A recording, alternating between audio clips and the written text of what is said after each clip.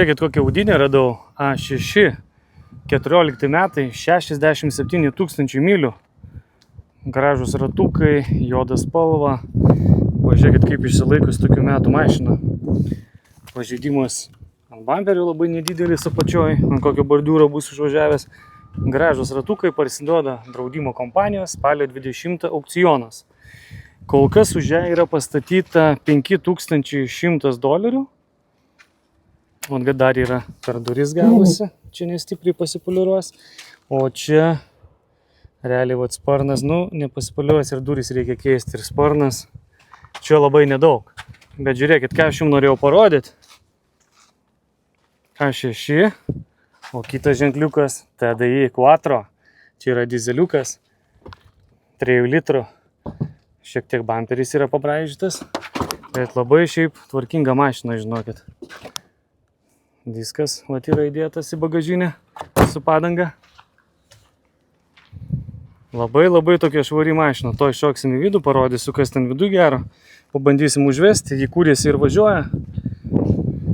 Bet jūs manęs klausite dizelį po A6, tai vat vieną radau jums. Žiūrėkit, aparatūra BC, graži, medžio apdaila, pilkas salonas.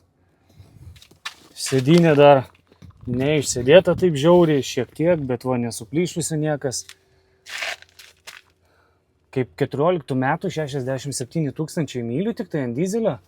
Čia hebra visiškai nieko nėra. O turi liuką, šviesias lubos, šviesų salonas, kaip matot.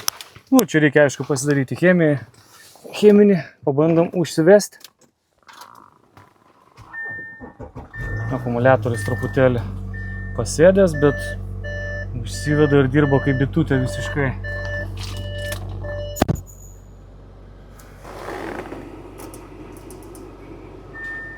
Taip. Tai išjungsim, kas čia yra šildomos sėdynės. Viskas gražu, tvarkinga. Niekur niekas nesuplyšia. Gale taip pat klima. Pažiūrėkit, laidelių nemeta jokių. Varikliukas dirba iš vis puikiai. Dizelis tai kaip bitutė.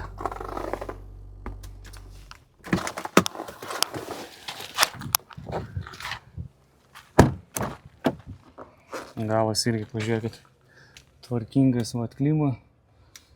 Galas tai iš vis atrodo, kad nesėdėtas būtų buvęs. Čia tas mušimas irgi nedaug. Tai manau, gerą kainą dizeliuką paimti tikrai nepražiopsokit.